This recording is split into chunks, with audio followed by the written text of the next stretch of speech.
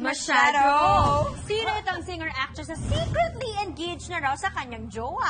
Gusto na raw kasi nitong magsarili dahil masyadong pakialamera ang kanyang mga magulang. Ay, kilala ko na agad. Wala pang clue. Sino ito?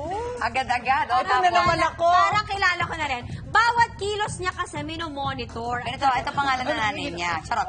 May mga ganitong paandar na monologue nga daw to si singer-actress na ngayon ay gagayahin ni Mars Angelo. Okay, And 542 acting. Alam mo, mag-aaral na rin kaya ako ng culinary para mapaghandaan ko yung fiancé ko at para naman matuto na ako magluto for my future family. Push ko yan. Hinihit mo doon, Ate Ann. Wait Sana lang, tama itong ginagaya ko, ha? Wala akong Wait lang, kakluto. nalito ako. Kala ko ba secretly engaged? Siyempre, minsan gusto mong i-chika sa closest friends mo na Paano Pakunya ka kunyari.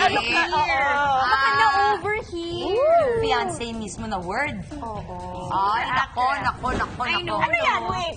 Nemo. Nemo? Hindi fish? Nemo. Ay, gets Nemo ko na agad. popcorn racing. Gets ko na agad. Ako din iniisip ko tama ba? Ano sa kanya? Sino? Paano siya naging... Oo.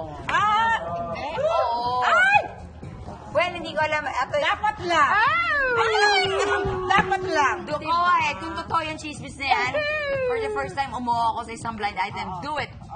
Ako naman, masasabi ko lang, follow your heart.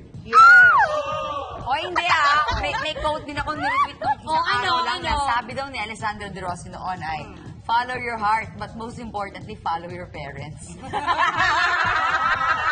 Paano yun ngayon? Kaya advice mo ba yun sa kanya ngayon? Ngayon ba? Sa sarili ko na lang yun. Yung tinit ko para Sa sa akin. kanya, follow Follow your your heart. heart. Ay, naku, dahil push mo yan, dahil.